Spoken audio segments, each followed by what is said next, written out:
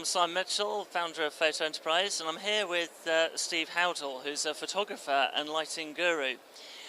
You carry out seminars for Ellencrom. What would you say are the key points for good lighting?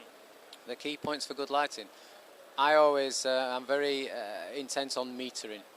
So I think metering is the key to good lighting, understanding where the light's falling, not only on the subject, but where the light is passing the subject. That's just as important as light that strikes it, because that light is going to go somewhere, reflect off something, or maybe overlight a background or whatever. So it's really getting to grips with metering and understanding where the light's going and what it's doing specifically to each part of the subject. Okay. Now, your first commission was for Babyliss Professional, and your reputation grew quickly. What would you put your growth down to? The break. I think when I first started, I didn't really have any intention to work with clients like Babyliss. I just really wanted to take pictures. And a job I did while I was at college put me into a hairdressing situation, shooting some work for them. And it was for their in-house competition. And I took some shots that I was really pleased with. I just entered into the local BIPP competition in the regional comp, and I actually, for the first time entering as a professional, I won it. I got the Fashion Photographer of the Year for the Yorkshire region, and which I entered it nationally. I got some PR from the back of that, and suddenly I was given a chance to work, not initially with Babyliss, but with another hair company, which introduced me to Babyliss, and they were the first big commission that I got. So it was not by design, it was definitely by just good happenstance, really. Just things fell into place. Fantastic. Well done. Recently, you've been awarded the highest qualification for fashion photographer, Fellowship of the Masters Photographers Association. Could you tell us about that? Yeah, I mean, I sort of, it was a kind of fellowship is something everybody aspires to, and it was one of those things that I wanted to do, but I'd put down, you know, as you're working, you go on and you forget about doing things like that. And it wasn't until I was really pushed into it by Claire Louise from the MPA. She said, I really think you should go for it.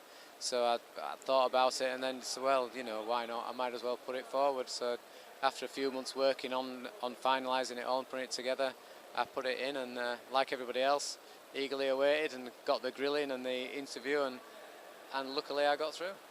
Fantastic. Well done. What would you advise a budding photographer wanting to follow in your footsteps? Well, that is quite a big question, really, because there's so many aspects of things that you could tell somebody to do. But from my own experience, I've always, looking back, I can't really pinpoint any one thing that I ever thought I was concentrating on. But when I do concentrate on how I've developed, I was obviously quite focused on what I knew I wanted to do ultimately, which was to create a lovely image, something that would be appreciated by people outside of my known circle. Somebody who could look at that, who doesn't know me, say, that's a great image, who shot that?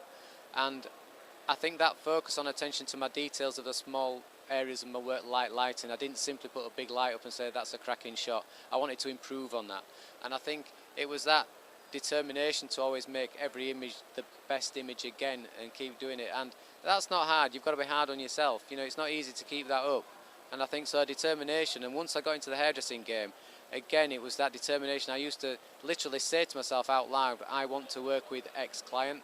That's the client I really want to work with. And I think I only missed maybe one. For some reason I got them, and I worked with them. And well, I say some reason, they saw something in my work. I didn't beg them for it. I honestly didn't. They did come to me mostly. So I feel quite honoured that that happened. But I do, if I put it down to anything, stay focused and stay true to what you want to do. Don't be misdirected by anybody else saying how they think you should do it. As long as you're doing everything right, then just stay on your path. Because if that's where you want to be, you'll only be unhappy if you go off it.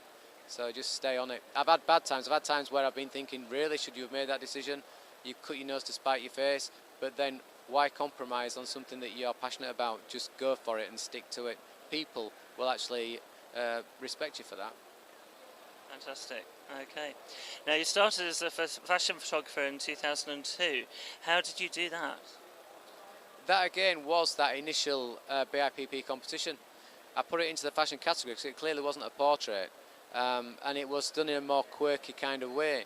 So when I entered that first competition and won it, the PR company sort of that I contacted said they'd like to see my portfolio, And it was them really that looked at it and said, we can probably show this to a few of our clients and see where we go.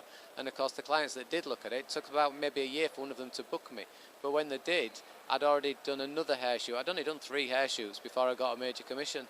And it was that, I was suddenly called that. I was called a hair fashion photographer by the PR company, and that just stuck.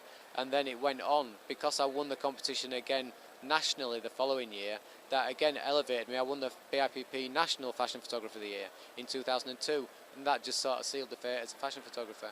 And then from that point on, that was my designation.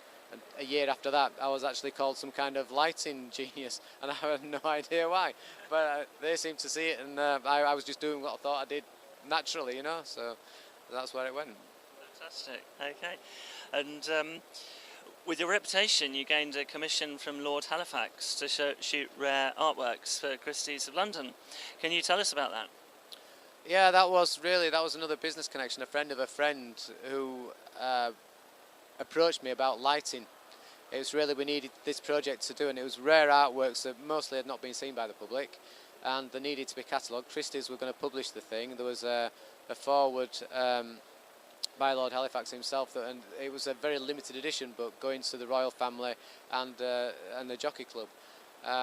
So they wanted my advice on the lighting, and when I gave them my advice on the lighting, they were going to actually shoot the stuff, so they wanted to know what camera to use and everything. But as soon as they got the list of equipment and the advice, and I said, but that is really not shooting it. I'm telling you what you need. I've told you a few problems. I said, I can't possibly surmise every problem you're going to get. I said, anything could happen. I said, so. But that's a good starting point. And a few days later they called me and said, we think you might be better shooting it for us, how much do you charge? And so I spent 5 days at Lord Halifax's place shooting the artwork, which, you know, it was just basically because the lighting was complex. And again, most people that don't do this think that you just put up a light and off you go. But it wasn't quite that simple with their artwork. Fantastic, well done. And with a love for great controlled lighting, if you're outside, do you have a favourite time of day? No, I don't. No, because the way I shoot, and it's much like if anybody looks at a portfolio of mine, they see a vast range of lighting on it. It's not, I don't have like if I have a definable style, it's buried within other lighting techniques I use. And it's not like you will look at a page of my work and see page after page of similar lighting, just different people. You will always see different lighting on each image. So the time of day I just regard as a different challenge. It's another light source doing something else that you've got to work with. So if it's midday and it's sunny, I've gone outside with Ellicrom Rangers at 1600 watts per head and just blasted the thing with light and just use more modifiers, use modifiers that can increase my exposure. Or if it's getting dull in the afternoon, again, it doesn't really matter. Do I run with that or do I overlight it? I just use it as another tool. That sun out there and the ambient light is just another light source. Absolutely. Okay, so if people want to find out more about you, do you have a website? I have a website, it's just stevehowdle.com. In desperate need of upgrading because I did actually take 3 years out a few years ago. And so I didn't do anything for 3 years, and I only came back to it because a friend said, Steve, you really need to do this again. So that's when it was 2013, I just got back into it. I entered my first competition again I'd done it for 5 years. I won it again. I don't know, I'm not bragging about that, it just happened, and I'm humbled by it, but that's sort of, well, yeah, I must do it then. And so if they want to see my work there, it'll be getting updated soon, or there's Twitter and Facebook, you'll find me there. Well, thank you very much for your time today. Thanks.